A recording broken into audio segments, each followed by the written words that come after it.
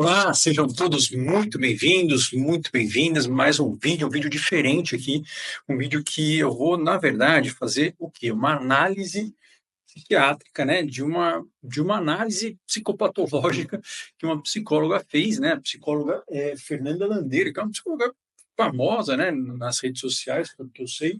Ela fez uma análise do filme Garota Ideal, né, e o problema é que tiveram pontos que realmente foram muito, muito, muito difíceis de deixar passar, em termos em termos do raciocínio diagnóstico e mesmo das hipóteses diagnósticas e dos, enfim, das falhas, né, estruturais cometidas. E isso, na verdade, eu não me sinto orgulhoso de fazer, eu não quero prejudicar essa pessoa também. Eu sei, claro, vai ter muita gente me xingando, ou enfim, não tem problema, até porque eu mandei mensagens para ela avisando isso, que continha uma série de erros nessa avaliação, e já tinha mandado ano passado, quando eu vi que ela estava talvez, né, escorregando um pouco em algumas coisas.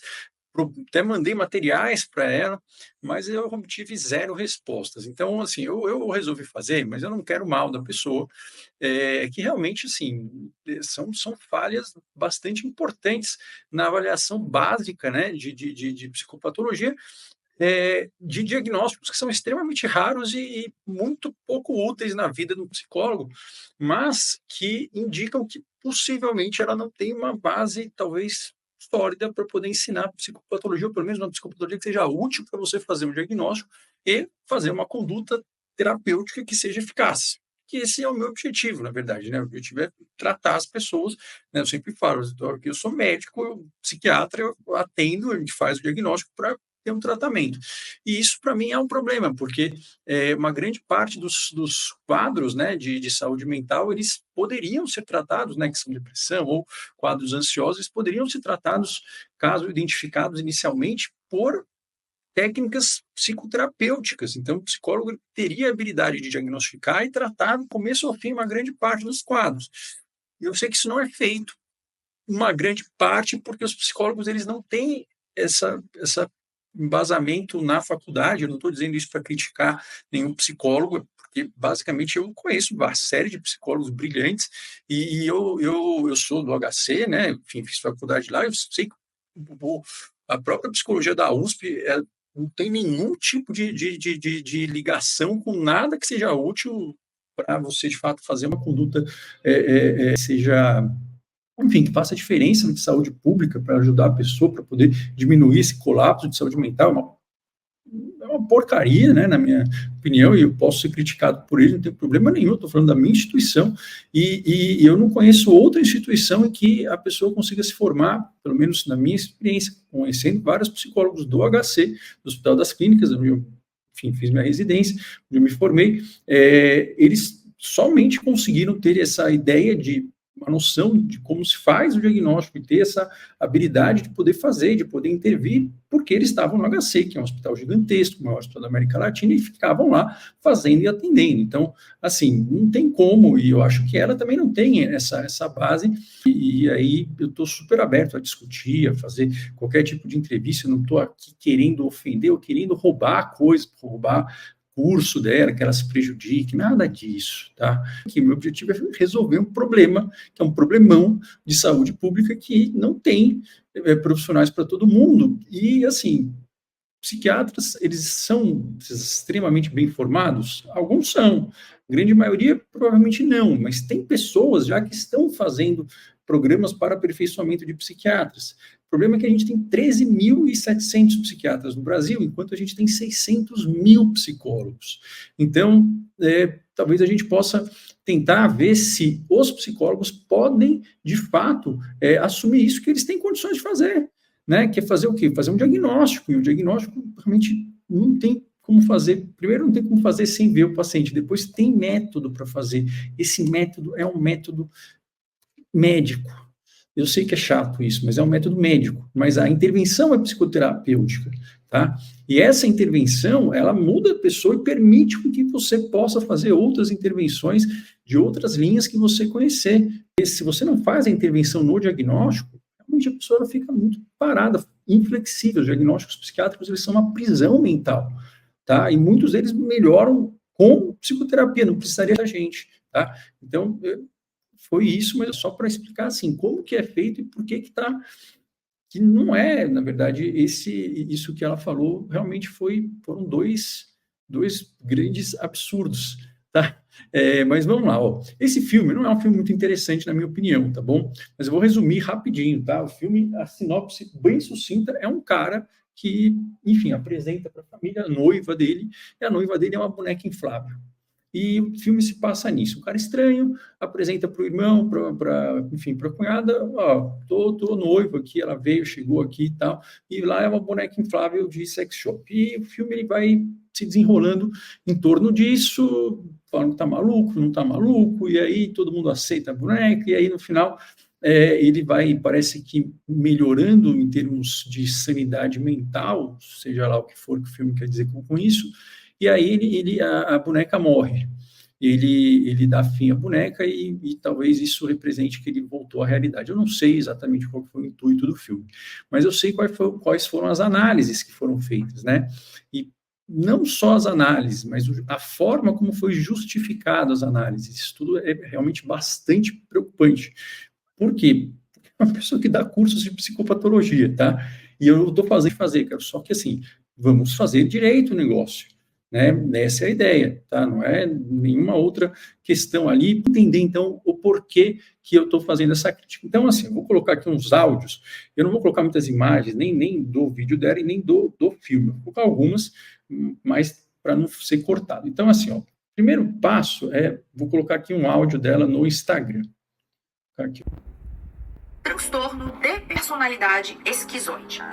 Para exemplificar de forma clara a característica central da personalidade esquizoide, eu quero que você pense o seguinte: você conhece alguém solitário?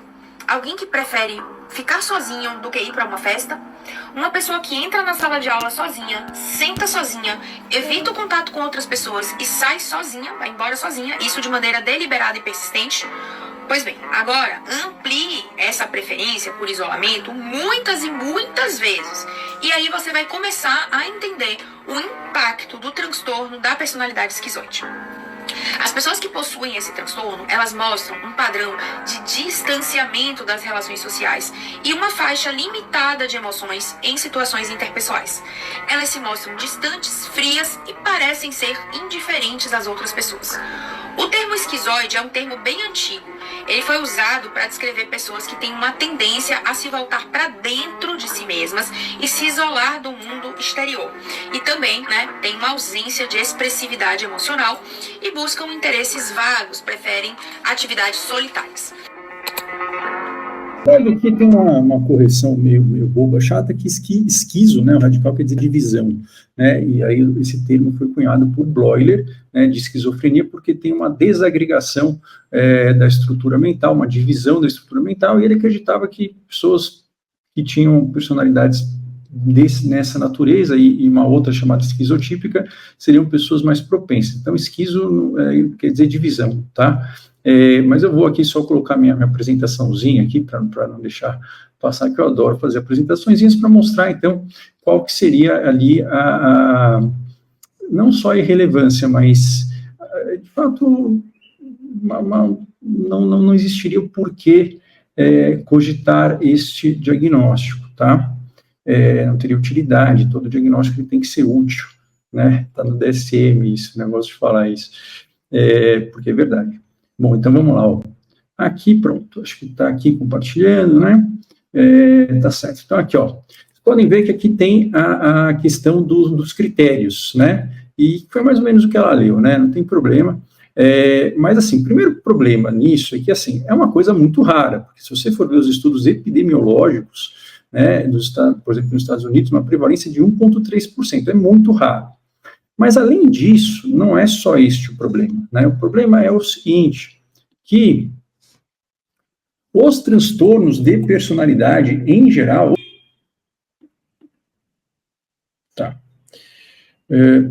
os transtornos de personalidade, em geral, eles têm uma baixa validade, uma baixa validação em termos de diagnósticos. O que é isso? os diagnósticos eles foram criados pelos psiquiatras com um grupamento de sintomas. Existem algumas medidas psicométricas, nem entendo tanto disso, quem entende mais disso são os neuropsicólogos. Posso até fazer aqui uma live com a Priscila Dib, ou mesmo com a Tami, né, que são neuropsicólogos, mas existem formas de você ver. A confiabilidade quer dizer o quê? O quanto que psiquiatras de diferentes lugares, olhando aquele quadro, dão o mesmo diagnóstico, e o quanto que aquele diagnóstico ele tem, e aí tem uma série de fatores que, de fato, representam uma entidade única, diferente dos outros, o quanto aquele diagnóstico, de fato, existe, é verdadeiro, né? Então, existem várias medidas psicométricas para isso. O fato é que, de todos os diagnósticos psiquiátricos, os transtornos de personalidade são aqueles que têm a pior validade, ou seja, são aqueles que a gente tem menos certeza de que aquilo existe mesmo, tá? E a gente nunca deve começar, né, uma hipótese de investigação psiquiátrica, né, numa entrevista psiquiátrica, através de uma hipótese de um transtorno de personalidade. Isso, de fato, é hierarquicamente inferior a todo o resto, né, porque é algo que você tem que ter uma ideia muito da vida inteira da pessoa, tem que ser constante, pervasivo. Bom, mas além disso, eles são muito pouco válidos. E dentre aqueles que são válidos, que são pouco válidos, o transtorno de personalidade esquizoide é um dos piores. Tanto é que ele vai ser, mas já foi eliminado da classificação dos transtornos de personalidade. É que, de fato, existe uma certa bagunça no DSM. O DSM, o modelo de transtorno de personalidade dele está defasado. É um modelo que segue a lógica de Cloninger, que era a lógica dos 7 fatores. O modelo atual é o modelo dos 5 fatores de personalidade. Eu não vou entrar nisso agora, e a CID-11 adotou já, mudou um pouco o nome, mas já adotou isso. E o DSM, ele fez uma adaptação para isso também. Tá? Então, tem 2 modelos de personalidade no DSM, por que pareça. Só que meio que eu acho que ele não teve coragem, teve alguma coisa lá de colocar só esse outro modelo, porque quebraria muito a tradição, né? Ia ser uma coisa muito choque. Realmente eu não sei o que aconteceu. Mas tem 2 modelos, né? E esse outro modelo dele já não tem mais esse diagnóstico de transtorno de personalidade esquizoide. Simplesmente por quê? Porque viram que ele não é possível de ser diferenciado de um transtorno de personalidade esquiva ou de um quadro do espectro autista, ou seja, é um diagnóstico que não existe, tá? Então, isso já está bastante colocado. Então, o segundo problema é que é um diagnóstico que, assim, ele não tem validação. Deixa eu colocar aqui minha telinha, né? Então, ele não tem validação, ele não vai ser mais utilizado, ele foi abolido no novo modelo de transtorno de personalidade do DSM, e na CID não existe também. E esses modelos, eles são modelos mais dimensionais. É uma outra viagem, uma outra loucura, não vamos entrar nisso, mas eles são alinhados a esse modelo dos 5 fatores, ao Big Five, né? Então, por exemplo, o próprio modelo do DSM, ele parte de uma premissa, né, esse modelo novo, que já está, ele já existe aqui, tem 2 modelos, uma coisa meio, aí sim, esquizofrênica, era dividida, né? Mas, enfim, esse modelo que atual vai sair, está defasado, e o modelo da CID já contempla isso. Mas este modelo novo do DSM, ele parte de algumas premissas, que o transtorno de personalidade ele é um espectro, né, que não é que a pessoa tem ou não tem, ela pode ter traços até um transtorno que seja gere muito prejuízo para ela e para outros.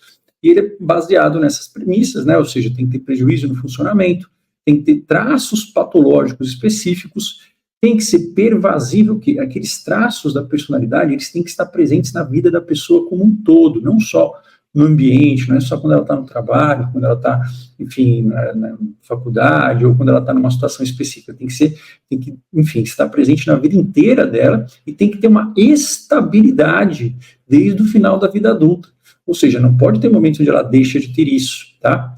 E não pode ser melhor explicado por outras patologias, né? Então, esse seria a premissa do novo modelo.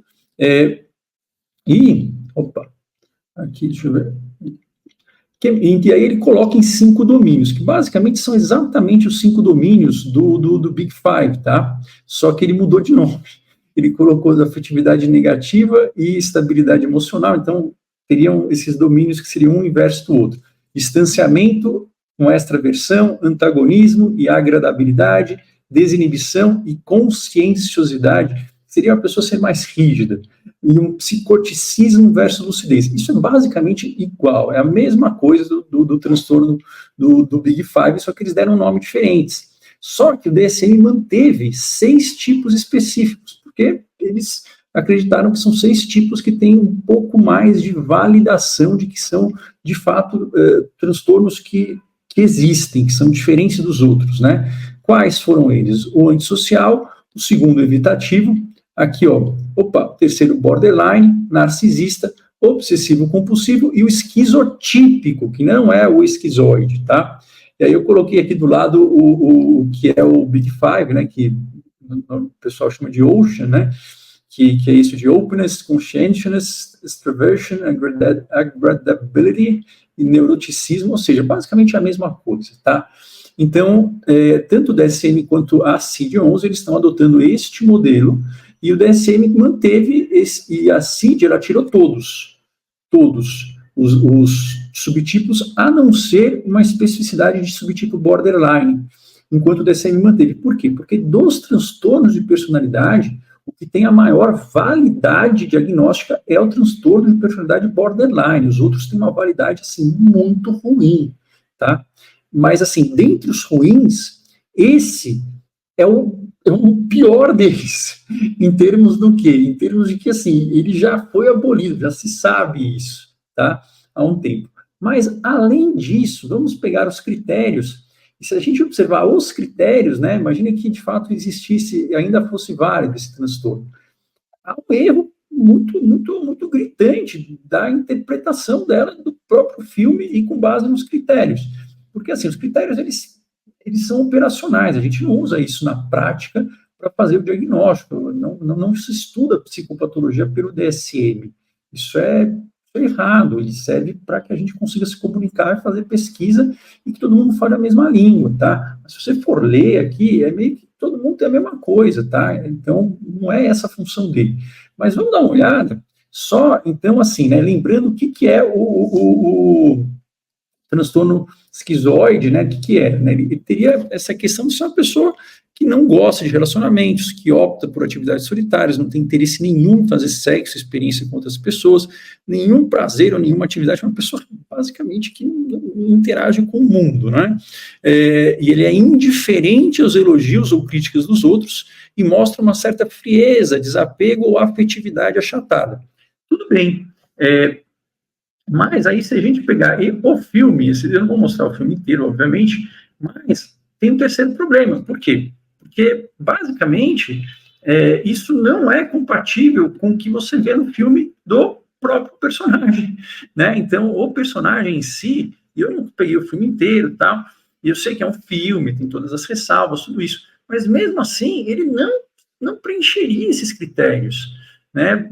Não só por essa cena, mas por outras também. Eu confesso que eu vi o filme, assim, não com tanto afinco, eu achei super interessante. Eu gosto do Ryan Gosling, achei ele um ótimo ator, mas o filme em si, não sei, né? Não achei dos melhores. Mas eu vi para poder entender. Então, assim, a ideia é que a personagem, ela se importa com a opinião alheia. Ela não demonstra uma frieza emocional total, muito menos um desapego emocional.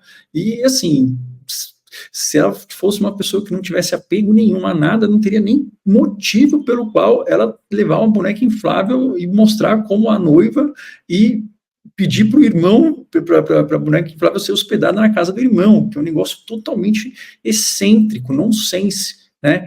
Então, não faria nem sentido isso, se existisse o diagnóstico. Então, isso é uma falha em termos da psicologia descritiva, ou seja, a gente coloca antes da gente descrever o que está ocorrendo, a gente coloca já uma hipótese nossa. Isso é um erro, tá? É um erro de avaliação psíquica, tá? É um erro do exame psiquiátrico, tá? E por que chama exame psiquiátrico? Foram os psiquiatras que inventaram. O exame psiquiátrico, a entrevista psiquiátrica ou a anamnese psiquiátrica é o único método capaz de fazer um diagnóstico psiquiátrico. Mas você pode fazer isso sendo enfermeira, sendo psicólogo, enfim, mas não existe outro método até o momento, tá? E a psicopatologia, ela só tem utilidade se ela for inserida numa boa entrevista psiquiátrica, senão ela é totalmente inútil, tá? tá?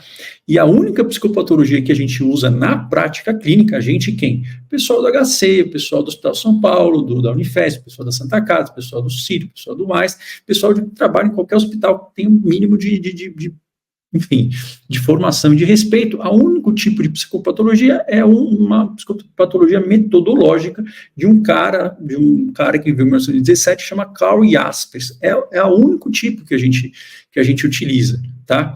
Você não precisa saber nada disso, mas assim, senão a gente acha psicopatologia, eu ouvi falar diagnóstico psicopatológico. Nunca eu tinha ouvido isso antes, não existe, isso é uma aberração de internet, porque diagnóstico é diagnóstico, ponto. A psicopatologia, ela está a serviço da entrevista diagnóstica para a gente achar uma solução. Mas vamos dar uma olhada só nessa partezinha do filme para ver que, assim, já não faria sentido a gente pensar que o cara é um cara totalmente achatado emocionalmente, que não se importa com a opinião de ninguém. Vamos ver. Because the Lord has told us what to do. Love one another. That, my friends, is the one true law. Love is God in action. The grace of our Lord Jesus Christ, the love of God, the fellowship of the Holy Spirit, be with you all now and forevermore.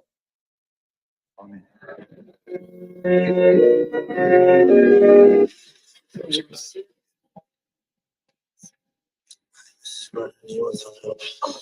Thank you, dear. So I turned to drop them off at the hospital. You're a good-looking fellow, Lars. Where's your girlfriend? I don't have one. Are you gay? My grandson's gay. I know all about the gays. No, I'm not Jace. Well, don't leave it too long. It's not good for you. Here. Give this to somebody nice. For a start. Hello, Lars. Bom, essa cena é no comecinho do filme, né? Mas aqui você já mostra, assim, 3 coisas que contradizem isso. Primeiro, ele tentou colocar o bonequinho ali, caiu e ele ficou com vergonha. Quem tem vergonha é porque se importa com a opinião dos outros, é normal isso. Depois ele se prontificou a ajudar a mulher com o vaso, ou seja, uma pessoa que não é alheia totalmente a interações sociais. E o terceiro, ele estava com a Rosa, a outra menina foi lá, enfim, parece que ela gosta dele e tal, e fez o favor de jogar, né, ela embora para não dar para a menina, uma coisa meio infantil, né? Então, assim, isso mostra que ele não é alheio a interações sociais, pelo menos não totalmente, tá? E ao longo do filme tem outras coisas também que se colocam. Então, realmente temos 3 problemas aqui. Primeiro, que é um diagnóstico muito pouco útil, depois, muito pouco prevalente, depois ele sumiu já, ele já não existe, e o terceiro, nem que ele existisse, não diz respeito, não se encaixaria no personagem. Então, isso é uma falha relativamente importante, tanto de conhecimento da classificação, como que está atualmente, quanto também da própria análise da psicologia descritiva, que é uma psicologia fenomenológica de Jaspers, tem um monte de nome, tá? Mas que basicamente a gente descreve o fenômeno, mas sem julgar, tentando se colocar o máximo possível na posição do paciente. Isso é um método psicopatológico. Isso não foi feito pelo menos não com cuidado, tá? Bom, mas vamos lá. Calma. Tá, então, foi um erro em psicopatologia descritiva. O quarto problema é que ela conceituou, ela teve uma outra hipótese de que ela tinha um delírio e um transtorno delirante. Só que a conceituação que ela fez de delírio foi uma conceituação que está escrita no DSM, que é uma conceituação pragmática, né, de delírio, mas que não é assim que a gente avalia delírio, de forma nenhuma. Ninguém avalia delírio do jeito que está escrito aqui. Isso aqui é para ser pragmático em termos de comunicação e de pesquisa, tá? E não, muito difícil dizer que ele tem um transtorno delirante também, tá? Mas, ó, eu vou colocar então aqui só essa parte em que ela descreve aqui no Instagram, a parte do delírio. Vamos ver. Aqui, ó. O tipo grandioso envolve acreditar que tem algum talento grande, algum conhecimento absurdo, um insight, por ter feito ali uma descoberta muito importante, né? Então a pessoa superestima o seu valor.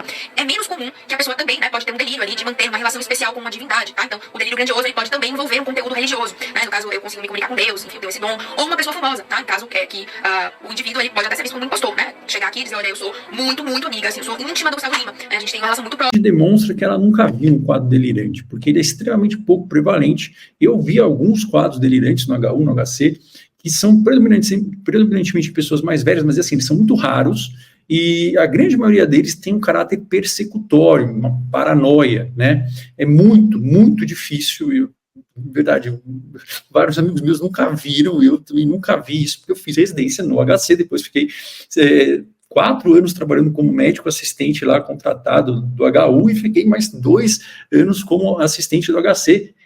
Eu vi poucos quadros, e quando a gente vê, são senhores, mais ou menos 50 anos, com delírios persecutórios, ou de ciúmes no máximo, tá? Então, ela nunca deve ter visto.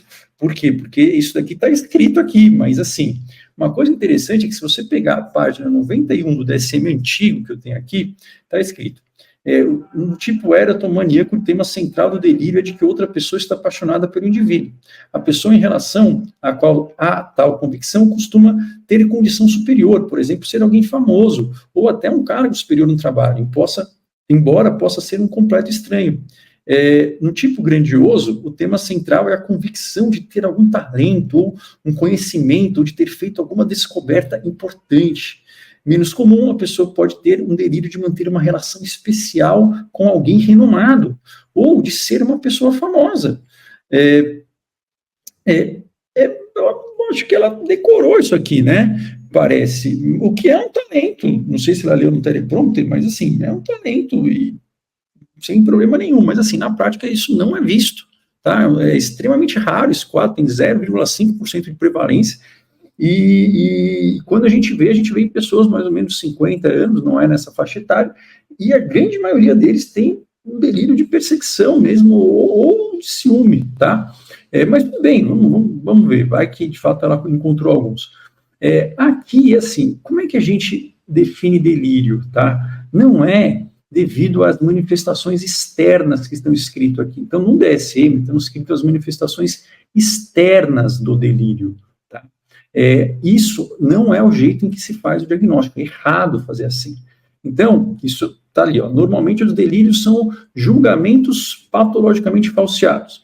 Então, tem elemento agregador que partilha algumas características externas. Quais? Eles têm uma convicção extraordinária, eles têm uma certeza subjetiva incomparável, ou seja, eles não têm dúvida nenhuma, eles são impérvios a outras experiências, ou seja, é impossível você argumentar e convencer a pessoa do contrário, e tem um conteúdo impossível. Isso é uma definição de 5º ano de faculdade de medicina. Não é assim que a gente faz o diagnóstico de delírio, não é, tá? Isso é uma questão operacional, tá? Para haver uma comunicação em todos os países que seja um pouco mais clara. Mas, aqui é importante isso daqui, basicamente é de um livro para residentes, que eu fiz parte até da coordenação, que é um livro que também não oriento a comprar, porque é muito básico também, mas está escrito aqui, é um livro feito para residentes, que enfim, só gosto de fazer livro. Está escrito aqui, ó, apesar do conteúdo do delírio constituir-se, às vezes, de histórias bizarras e impossível, não é essa irrealidade que determina o delírio, e sim o modo como ele surge, o modo como a pessoa chega a essa conclusão. Isso é óbvio. Isso foi o residente de 2º ano que escreveu, tá? Aqui, ó. Então, alguns pacientes, eles podem delirar a respeito de fatos que, às vezes, realmente podem estar acontecendo, mas isso não importa. Por quê? É o surgimento da ideia delirante é que ela tem que não conseguir ser extraída de uma observação comum da realidade, ou seja, você, seguindo a linha do raciocínio da pessoa, você não consegue entender, você se perde, você acha algo muito estranho naquilo, você não consegue acompanhar que aquela linha de raciocínio dá origem a esta conclusão, tá? Então, isso é, de fato, a forma como a gente avalia o delírio de uma forma extremamente simplificada, tá? Um residente aqui de 2º ano escrevendo. Bom, E aí, então, por exemplo, esse é o livro, eu não recomendo que vocês comprem não, tá? Além de que a capa dele é de muito mau gosto. Mas assim, por exemplo, um homem que tem certeza que a sua esposa o trai sem dados que surgiram a traição. Ela pode estar traindo? Pode não estar. Isso não é problema do psiquiatra, muito menos do psicólogo, tá? A traição pode até existir, mas o modo como ele chega a essa conclusão é patológico. Isso é o que caracteriza, olha só que loucura, né? Isso aqui é quem não tem ideia do que é delírio. Por exemplo, um homem que conclui que a esposa está traindo, por quê? Os pés dela estão frios à noite, o que indica que ela se levantou para encontrar o amante. E aí você tem que chegar e perguntar o porquê. Isso é uma técnica que é obrigatoriamente feita na entrevista quando você tem essa suspeita de algum comportamento muito excêntrico. Isso não foi feito no filme em momento nenhum, tá? Isso, claro, você tem maneiras e maneiras de se falar, mas você precisa chegar em como foi essa conclusão, e essa conclusão tem que ser algo que não é uma realidade comum compartilhada, você não consegue empatizar com aquele tipo de conclusão. A teoria mais aceita, né, para o desenvolvimento de um delírio primário é que ele vem decorrente do quê? De ter um aumento de dopamina numa área mesolímbica assim, brutal, e isso faz com que você olhe o mundo de uma forma diferente e você dê um significado. Parece que o mundo está tendo significados estranhos. E eu não sei descrever muito bem, porque eu nunca tive isso, então é uma coisa que a gente não consegue empatizar. Mas é como se algo tivesse diferente no mundo, e você tivesse perplexo, você não consegue explicar o que é que está diferente, mas você sente que algo está diferente no mundo. E isso devido a essa hiperativação dopaminética em áreas mesolímbicas, essa teoria atual. E aí o delírio ele surge como uma forma de você dar um sentido lógico para aquele tipo de estranhamento. Por quê? Porque o ser humano ele não consegue assimilar o mundo se ele não tiver uma história. Então você cria uma história, mas que não tem como ela ter uma base sólida, ela é estranha, assim, não é uma realidade que todo mundo conseguiria, né, chegar a essa conclusão, e assim, você nem questiona isso, mas isso nasce como uma forma de você dar sentido a uma vivência de perplexidade. O mundo está muito diferente, eu estou me sentindo muito, sei lá, tem algo estranho acontecendo, eu preciso de uma explicação, tá? Isso é uma teoria de como surge o delírio. Eu sei que se você não é psicólogo, enfim, isso parece muita loucura, sim parece, mas é assim que o psiquiatra avalia o delírio, e aí não importa nem se a mulher está traindo ou não, tá? Isso é interessante porque a gente avalia sempre primeiro a forma, depois o conteúdo. Isso é uma regra básica, tá? Então, na verdade, assim, isso não é feito no filme em momento nenhum. Aliás, não é feito. Aliás, tem até uma psiquiatra que passa lá, não sei se é a psiquiatra que ela é, mas basicamente ela fala coisas que não fazem o menor sentido, e ela propõe um tratamento que não faz o menor sentido também. Mas, assim, o mais importante do que esmiuçar o detalhe do delírio, ou seja, se é de ciúme, se é de paranoia, se é de erotomania, é você perguntar para o paciente como ele chegou àquela conclusão. Isso é básico, tá? O resto, realmente, o conteúdo, ele não é importante, porque ele não vai influenciar tanto o tratamento. Tá? Isso é algo relativamente básico, né? E aqui tem uma coisa já do livro de psiquiatria do HC, uma linguagem mais chata, e segundo Jaspers, então foi o Jaspers que determinou essa forma, né, de você separar o que é uma experiência compreensível, ou seja, você consegue entender do que é algo que você tem que explicar com outros fatores, porque você não consegue compreender, tá? Então ele que, né, bolou isso daí. Então seriam formas tão anômalas de experiência que não seriam passíveis de compreensão.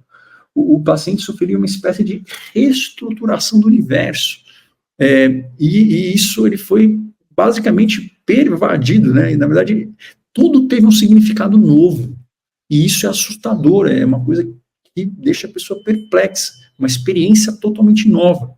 E eu não sei explicar mais do que isso, e você provavelmente não está entendendo também se você nunca teve, eu também nunca tive. É algo que não dá para você empatizar, no sentido de falar, entendi, não dá. Num primeiro momento, parece uma espécie de intuição, de ver que as coisas estão diferentes. Só que isso vai crescendo, e aí essa atmosfera fica insuportável até que isso se cristaliza numa ideia, que por mais bizarra que seja, traz uma tranquilidade, porque, como está escrito aí, é um náufrago que se agarra na primeira boia que aparece. Então, se cristaliza numa ideia que pode ser bizarríssima, tá? Implantaram um chip na minha cabeça, tudo bem, isso é bizarro, mas nem sempre é. Mas isso é uma forma de dar conforto a essa atmosfera insuportável de que o mundo está muito diferente, tá? E isso é um quadro que, por definição, tem a ver com uma saliência dopaminérgica muito alta nessas áreas mesolímbicas. E essa teoria mais aceita atualmente. E se você não consegue entender isso, não é para entender mesmo se você não teve. Eu não consigo entender totalmente também, eu entendo racionalmente. Mas você tem que perguntar como ele chegou a essa conclusão, é assim que se faz o diagnóstico, tá? E essa intuição é muito potente, né? Então, basicamente, o delírio ele vira um amálgama, ele é uma pedra inquebrável, tá? Por quê? Porque se quebra o significado de mundo da pessoa, tá? E aí tem as avaliações que a gente acaba utilizando, que isso é muito mais importante do que o conteúdo, que é basicamente para a gente ver o nível de gravidade disso, né? Então, a gente avalia esses aspectos aqui, não precisa saber decorar, mas basicamente é o quanto que isso está fazendo com que ele haja e está, digamos, tomando conta de outras áreas da vida dele. No transtorno delirante, existe uma preservação do funcionamento em outras áreas que não estejam relacionadas ao delírio, no início, tá? Por quê? Porque é um quadro muito, muito raro e uma parte deles, de fato, vai evoluir para uma esquizofrenia, uma parte não, tá? Isso é desse livro aí, esse livro é muito bom, sim, Psicologia Clínica e Entrevista Psiquiátrica, que está sendo coordenado por Paulo Clemente Salé, né, uma lenda. Ele era um assistente na enfermaria, muito, muito bom, mas o pessoal todo muito bom que escreveu esse livro. Bom, quinto ponto, o suposto sucesso do tratamento, que chega no final, então ele melhorou por isso, que legal, não sei o quê. Isso não é legal, porque se fosse, de fato, um quadro delirante, como ela está, de fato, falando, seria algo que teria que ser tratado obrigatoriamente com um tratamento medicamentoso, com antipsicóticos, e sim, também com tratamento psicoterapêutico, mas assim, não teria como você tratar sem um antipsicótico, porque você estaria colocando o cérebro da pessoa em risco, o córtex pré-frontal dele ia ficando cada vez mais deteriorado, e seria quase que criminoso. Mas vamos ver o que essa médica, nem sei se é psiquiatra, assim, não é, o que ela fala no filme, é uma coisa muito louca. Vamos lá, ó. Has Lewis been functional? Does he go to work, wash, dress himself? So far. Has he had any violent episodes? Oh, no, never. He's a sweetheart. He never even raises his voice. Okay. We gotta fix him. Can you fix him? I don't know, Gus. I don't believe he's psychotic or schizophrenic. I don't think this is caused by genes or faulty wiring in the brain. So then what the hell is going on then? He appears to have a delusion. A delusion? What the hell is he doing with a delusion, for Christ's sake? That's what we have to find out. Chances are he's been decompensating for some time. Guess we didn't realize. Então, aqui, vou parar, porque assim, já não tem menor sentido essa explicação, né? Ela fala, não é nada psicótico, não é nada que tenha, né, uma alteração química no cérebro da pessoa, nada disso, é uma questão, talvez, psicológica. Isso não pode ser um delírio, então, porque o delírio, ele tem esse componente de incompreensibilidade psicológica, ele sai do nível que a gente consegue compreender intuitivamente como algo que é normal à experiência humana. Bom, mas aqui eu acho que vale a pena a gente ouvir mais um trechinho, né, da descrição dela sobre transtorno delirante para a gente ver como é que é. Vamos dar uma olhada. Devido ao transtorno delirante, o indivíduo ele pode ter problemas sociais, conjugais ou profissionais. Indivíduos com transtorno delirante, eles podem ser capazes de descrever de forma factual que as outras pessoas veem suas crenças como irracionais, mas eles não são capazes de aceitar isso, ou seja, Existe ali um certo insight, diferente da esquizofrenia, que normalmente o insight é muito pobre, mas não é um insight verdadeiro, como a gente vê ali no Lars, né? Então, muitas vezes, ele olha para as pessoas, parece que ele está entendendo o que as pessoas estão vendo, que ali é uma boneca, né? Como as pessoas lidam com a boneca, enfim, é como se ele soubesse, mas como se ele não percebesse de fato, como se ele não acreditasse naquilo, né? De que as pessoas, de fato, tratam a Bianca como boneca. Então, Bom, é interessantíssimo isso, né? Porque, pegando aqui o DSM, essa edição do DSM-5 sem ser a TR, tá? Que a TR eu só tenho em inglês. Mas olha que interessante, tem aqui características associadas que apoiam o diagnóstico. Indivíduos com transtorno delirante podem ser capazes de descrever de forma factual que outras pessoas veem suas crenças como irracionais. São incapazes, no entanto, de aceitar isso. Por exemplo, pode existir um insight dos fatos, mas não um insight verdadeiro. Interessante, né? Parece que, bom, eu não sei se ela decora realmente, mas ou se ela vê no teleprompter, mas é um talento, né? Que a gente poderia ser explorado de uma forma mais útil, mas assim, não dando curso de psicopatologia, porque de fato é algo que provavelmente ela nunca viu e ela não tem ideia, ela não descreveu um delírio verdadeiro, pelo contrário, né? As respostas que ela dá até no Instagram sobre delírio são características superficiais do delírio, que são as menos importantes, ou seja, realmente não faz sentido nenhum que ela falou, né? Mas o que provavelmente foi a intenção, estou chutando aqui também, porque eu não sei o que passou na cabeça desse roteirista, desse diretor, foi que talvez isso não fosse algo que fosse um delírio de verdade. Por quê? Porque tem diagnósticos diferenciais e tem alguns tipos de personalidade que elas são excêntricas e às vezes elas têm algo que não é um delírio, mas é uma coisa meio que uma dissociação, uma coisa, não é simulação também, mas é meio que uma coisa que parece realmente uma coisa dissociativa, que é mais comum em transtornos de personalidade borderline ou esquizotípicos, não esquizoides, e isso é um principal diagnóstico diferencial, porque, na verdade, nunca ninguém perguntou para ele, de fato, como ele chegou a essa conclusão, e ele não parecia também, né, se importar muito, ele não tinha outras características, né, e aí elas trataram como uma estratégia de terapia de todo mundo acreditar que a boneca era verdadeira, que, enfim, isso é coisa de filme, tudo bem. Mas, assim, se for um transtorno delirante, como foi feito a hipótese, ela tinha que falar, olha, tem que dar uma medicação, porque senão você está colocando em risco o córtex pré-frontal desse rapaz, né? Então, assim, a questão, isso aqui é o diagnóstico, tá, do DSM.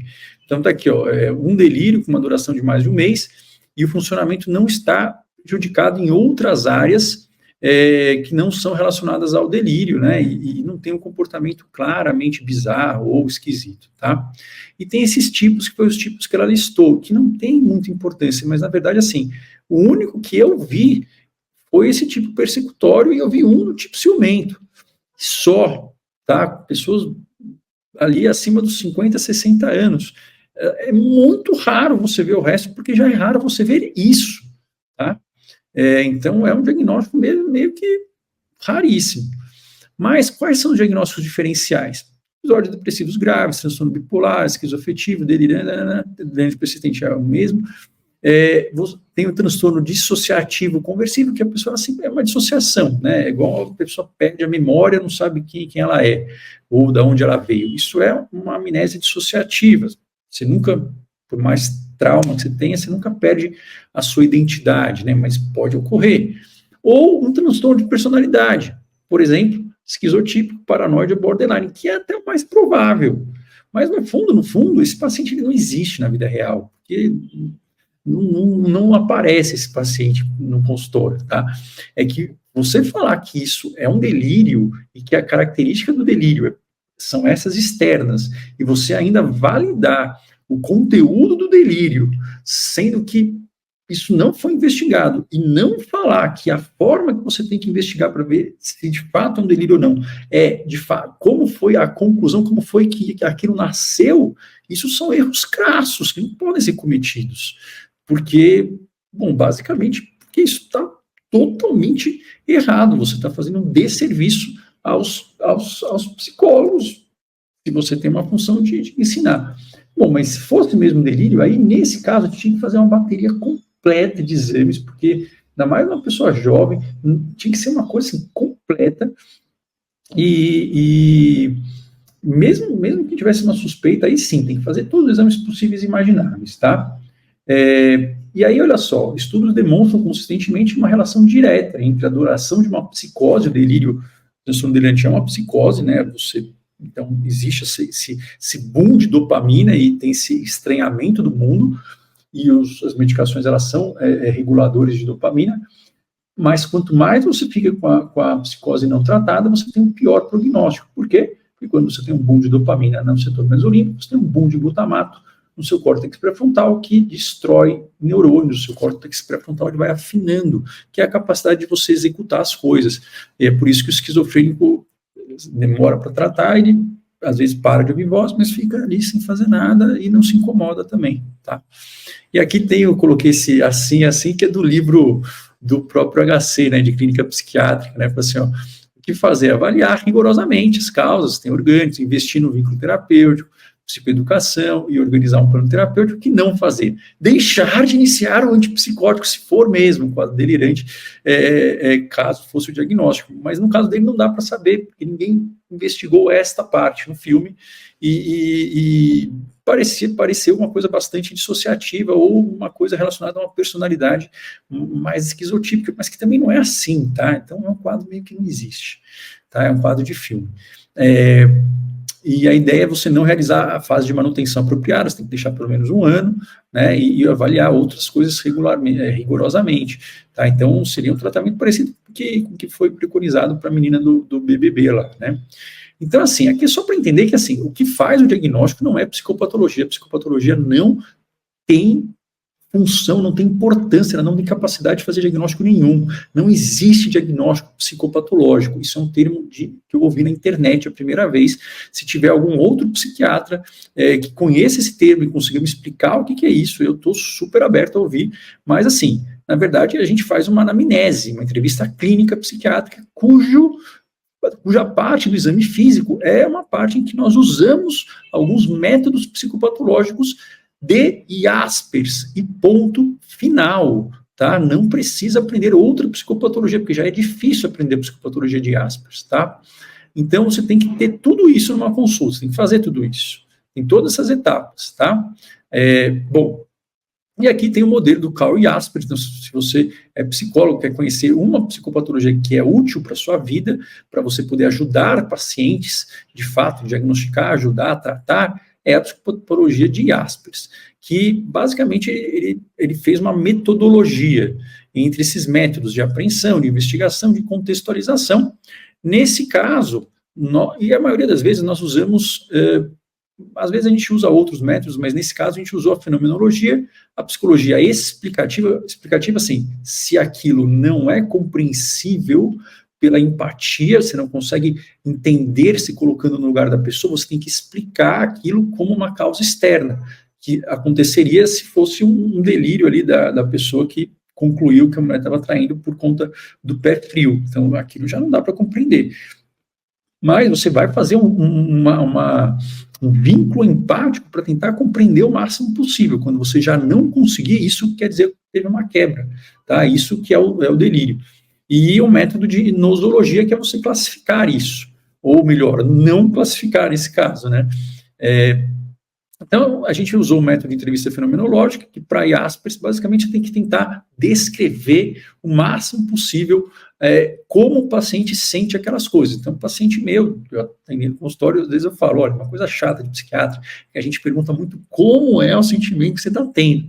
Então, isso a gente vai perguntando, tem que perguntar. O psiquiatra que não pergunta isso, ou mesmo psicólogo que está fazendo alguma entrevista psiquiátrica, né? Você tem que tentar entender a vivência subjetiva. Como que é isso? Como é que era? Você acordava, você sentia o quê? Claro que sempre, né, tendo um bom, digamos, um bom senso e tentar se colocar no lugar dele, mas sempre evitando fazer pré-julgamentos, hipóteses antes. Por quê? Porque você fazer uma hipótese antes, a pior coisa que tem trabalho aqui é Sherlock Holmes. Você não sabe o que está acontecendo. Uma entrevista compreensiva é você tentar ver as causas psicológicas relacionadas à história de vida, né, relacionadas à própria biografia dele, né, e você tentar se colocar também no lugar dele e tentar ver se aquilo intuitivamente parece para você uma experiência humana que, de fato, também você passaria. E nisso não é um diagnóstico. Então, por exemplo, uma mãe que desenvolve um luto depois de uma morte de um filho, um luto não patológico, isso você empatiza, é compreensível. E tem entrevista explicativa, que quando você tem que usar causas extrapsicológicas, por exemplo, um boom de dopamina na cabeça dele, que você não consegue explicar de outra forma, né? Então a gente usa aí a metodologia das ciências da natureza, raciocínio cartesiano, tá bom? Cartesiano, isso, penso, logo existo. Enfim, então não é essas coisas que o pessoal fica filosofando de Kant, de não sei o que tal, não. Aqui a gente tem que usar esses métodos em busca de achar uma solução e organizar isso para dar um plano para a pessoa, tá? Senão a gente está fazendo um mau trabalho, tá bom? E tem a nosológica, que basicamente você tenta aí depois entrar aqui no meio desses diagnósticos, tá? Que é quando a gente exclui o resto e fala, olha, provavelmente é isso. Mas nem sempre vai se encaixar totalmente nisso, mas você sabe que é da família desses quadros, tá? Então, basicamente, a pergunta que importa quando o paciente chega na tua sala é o quê? O que é, qual que é o problema dele? Qual que é o tamanho do problema que esse problema causa na vida dele? Por que esse paciente desenvolveu esse problema e por que agora? Como eu resolvo e o que vai me impedir ou vai me ajudar de resolver? Tá, isso aqui é bem óbvio, eu tenho isso no curso lá para as psicólogas minhas, mas assim, eu não quero ficar roubando pessoa de curso de ninguém, não. É só porque, assim, tá errado esse jeito aí. E você precisa colocar a entrevista psiquiátrica no seu curso, tem que ter uma parte muito, muito importante, entrevista psiquiátrica ou de Asper, senão é um curso muito fajuto esse daí, hein? E eu tô falando isso aí, não é porque eu quero quebrar você financeiramente, nada, é porque você está fazendo um mau serviço para a saúde pública do Brasil. Os psicólogos têm que saber fazer diagnóstico, pô. Bom, então assim, o diagnóstico é um conjunto de pensamentos, sensações, emoções que vão causar sofrimento, incapacidade ou desvantagem. Isso, todo diagnóstico contempla isso, e todo diagnóstico ele tem esses aspectos, né? Todo diagnóstico, uma parte biológica, uma parte psicológica, uma parte social, uma parte cultural, tá? E as hipóteses, né, a gente faz, às vezes, tentando atribuir as causas, isso é difícil na psiquiatria, mas as hipóteses também das consequências que aquilo pode trazer para a pessoa se eu não fizer nada, e hipóteses especulativas, às vezes eu não sei, aí eu fico tentando ver, assim, olha, o que me parece mais útil agora, tá?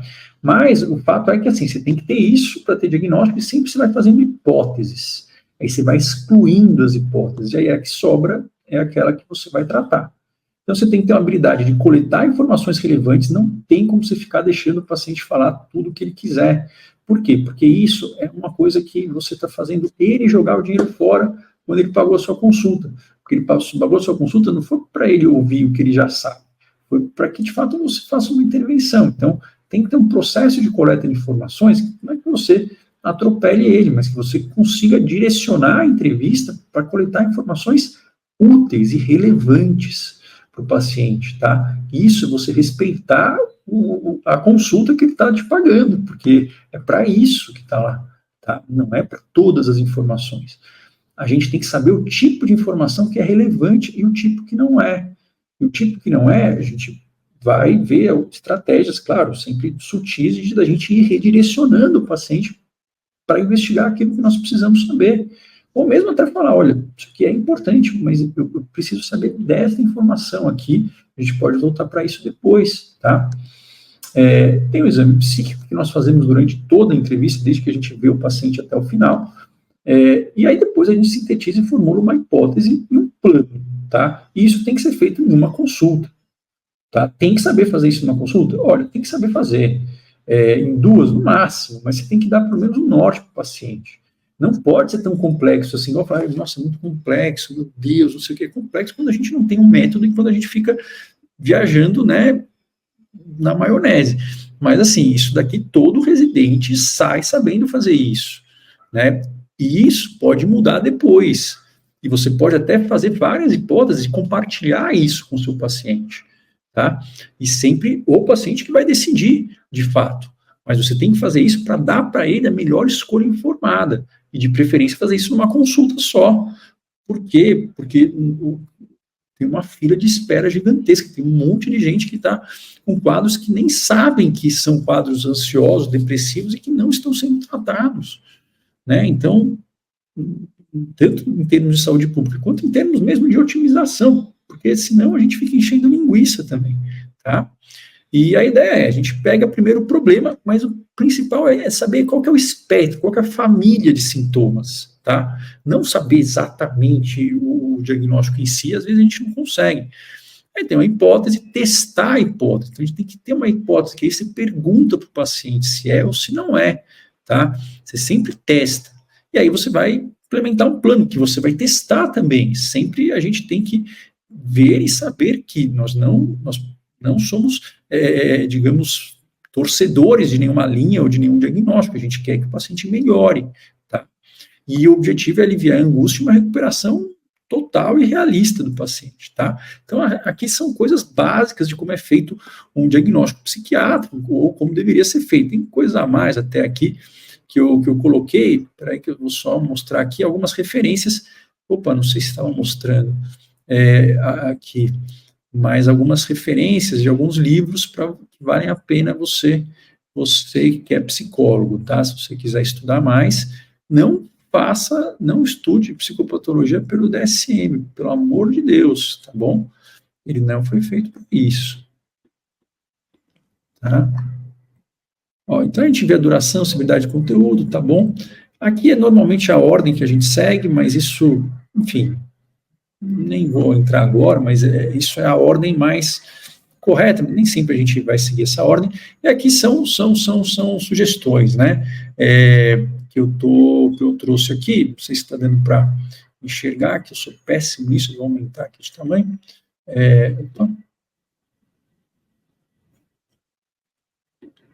o que eu oriento seriam o quê? Esses 3 primeiros aqui, tá, são os 3 melhores aí que eu acho que eu conheço. Tem o Dal Galarrondo, né, Dal Galarrondo é legal, você não sabe nada de psicopatologia, o Dal Galarrondo é bacana, mas assim, esse de clínica, psicopatologia clínica e entrevista psiquiátrica, que é do Salé, com uma série de outros assistentes muito bons lá do HC, é bom, um livro bom.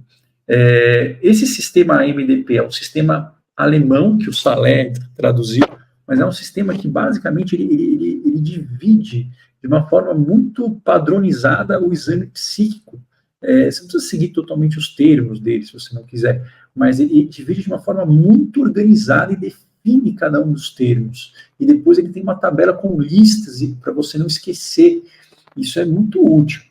E esse livro aqui do Clínica Psiquiátrica, esse voluminho verde aqui, tá? Que é o último que saiu. Esses dois, outros são 2 que eu falei, né? Esse aqui é uma capa horrorosa, foi aquele que eu participei, e tem outro aqui, mas esses são mais simples, né? E aqui, ó, só para mostrar, ó, aqui, ó, isso aqui não dá para ver direito, mas assim, esse AMDP é legal, se você não sabe nada, você quer ter uma planilha e explicações detalhadas do que é cada sintoma, tá?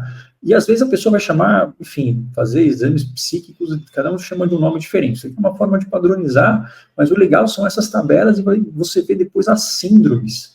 E isso dá para você um norte muito bom, porque depois você coloca numa hierarquia e você vai tratar uma de cada vez, tá? É assim que se faz um diagnóstico.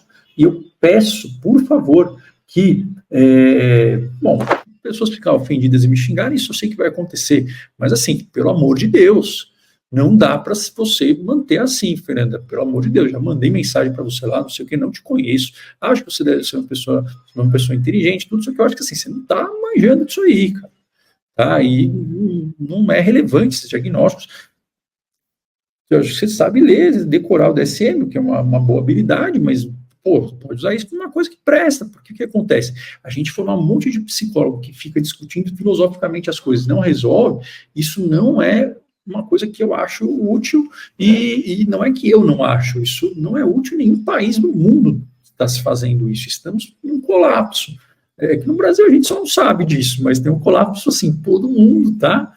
E assim também é frustrante para o próprio psicólogo, porque você não vê o fruto do seu trabalho, né? Porque se o cara tem um quadro ansioso, você não trabalha, não trata aquilo, você não vai conseguir trabalhar em nenhuma outra área, nem outra linha de psicologia que você quer. E o paciente vai embora, tá? Insatisfeito. Então, assim, você tem que saber fazer esse diagnóstico numa consulta, de preferência, e poder, mesmo que você não saiba, mas você conseguir, olha, passar para ele essa confiança, né? Tem uma série de estratégias de vínculo e tal. Então, assim, tem que ter entrevista psiquiátrica e tem que ter IASPERS no curso. Curso de psicopatologia sem entrevista psiquiátrica, sem IASPERS, não, na minha opinião, não serve para porcaria nenhuma. Na minha opinião, como médico psiquiatra, cuja função é fazer isso. Tem uma coisa que o psiquiatra faz melhor do que a gente tem que saber fazer esse diagnóstico e saber dos remédios, né? Então, isso é o meu trampo, é a minha função. Então, eu falo isso basicamente porque é isso que eu estudei 3 anos e mais nos outros períodos que eu fiquei lá em torno, né, do hospital, tá? Então, eu falo basicamente porque é a minha profissão, somente por isso, e eu não costumo falar de coisas que não são da minha profissão. É isso, espero que isso seja um recado importante. Eu sei que isso vai atrapalhar bastante o seu lançamento, talvez você me xingue bastante, mas eu estou fazendo com boas intenções, eu juro, eu não estou bravo também, não acho que é nada de propósito, é que isso daqui foi duro. Eu mandei um monte de mensagem já, então não é que eu também fui saindo que nem um louco atirando, não. Então, fui tentando ali, falando, dá uma olhada nisso, pensa aqui e tal, e, né, não rolou, mas tudo bem. Então, mas assim, isso é humano, né? Então, assim, não há nada mais digno também para um ser humano do que reconhecer o erro e propor uma solução, tá? Mas, assim, diagnóstico, curso de psicopatologia, sem entrevista psiquiátrica, e que não menciona Cal e Jaspers, e não menciona basicamente ele, 99% do curso, é um curso que eu não recomendaria para ninguém, tá bom? É isso aí, pessoal, é uma coisa mais para psicólogos, perdão aí pelo, enfim, né, demorou um tempo aí, né, o vídeo, mas é isso, e assim, não dá pra gente, não deu mais para segurar, porque foi muita besteira ao mesmo tempo, tá certo? Mas sempre podemos mudar e somos pessoas que estamos evoluindo. Um abraço.